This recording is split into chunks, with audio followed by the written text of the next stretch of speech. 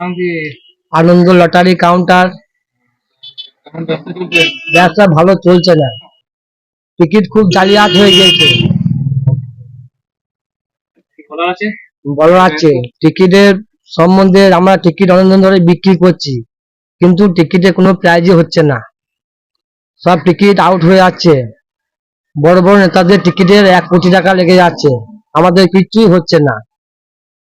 টিকিটের জন্য একটু দেখলে মানুষের সুবিধা হয় বা অসুবিধা হয়, এটা সরকার করছে না না শুভেন্দু করছে আমরা বুঝতে পারছি না। তাই আমরা বলছি মানুষকে টিকিট দেখে কাটুন, টিকিট খুব জালিয়াত হচ্ছে, 2 নম্বর হচ্ছে, টিকিটের কোনো প্রাইজই হচ্ছে না। হাজার হাজার টিকিট বিক্রি করেও টিকিটের একটা 600 টাকা গ্যারান্টি হচ্ছে, মানুষ কি করে টিকিট নেবে? আমাদেরকে গালাগালি করছে সবাই, অন্য জায়গা থেকে টিকিট আনতে বলছে। একই তো অবস্থা, অন্য জায়গায় টিকিট আনলে একই তো অবস্থা। এইভাবে টিকিট যদি বিক্রি করি তাহলে তো মানুষ টিকিটই নেবে না। যাতে প্রাইজ দেওয়া হয় সেই ব্যবস্থা করুন। টিকিট বিক্রি করে সংসার চলে? টিকিট বিক্রি করে আগে সংসার চলতো, এখন সংসার চলছে না, কোনো উপার্জনই হচ্ছে না। কাস্টমারও তো কম হয়ে যাচ্ছে। কাস্টমার কম হয়ে যাচ্ছে, লোকজন কাটছে না, গালাগালি করছে, বলছে সব 2 নম্বর টিকিট। কত মানে মোটামুটি তোমার এখানে কটা প্রাইস আছে টোটাল?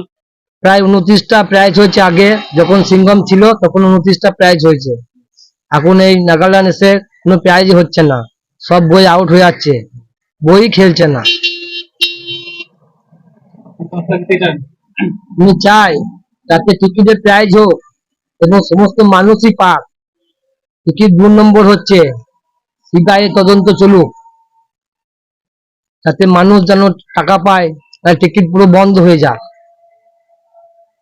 আগে তুলতাম, তোমার রাহুলের কাছেও তুলেছি, আবার বাইপাসেও তুলেছি, আবার ঘোষ এজেন্সিও তুলেছি, সব কাউন্টারে দেখেছি।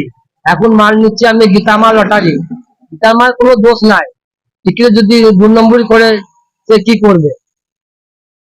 ওর তো হাত নাই, যে পা নাই যে টিকিটে প্রাইজ দিতে পারবে। তো সেলটা অনেক কমে গেছে মনে হয়। সেল প্রচুর কমে গেছে, আগে টিকিট বিক্রি হতো 10 থেকে 14 হাজার টাকা, এখন সেই জায়গায় দাঁড়িয়ে গেছে 3,000 থেকে 4,000 মধ্যে।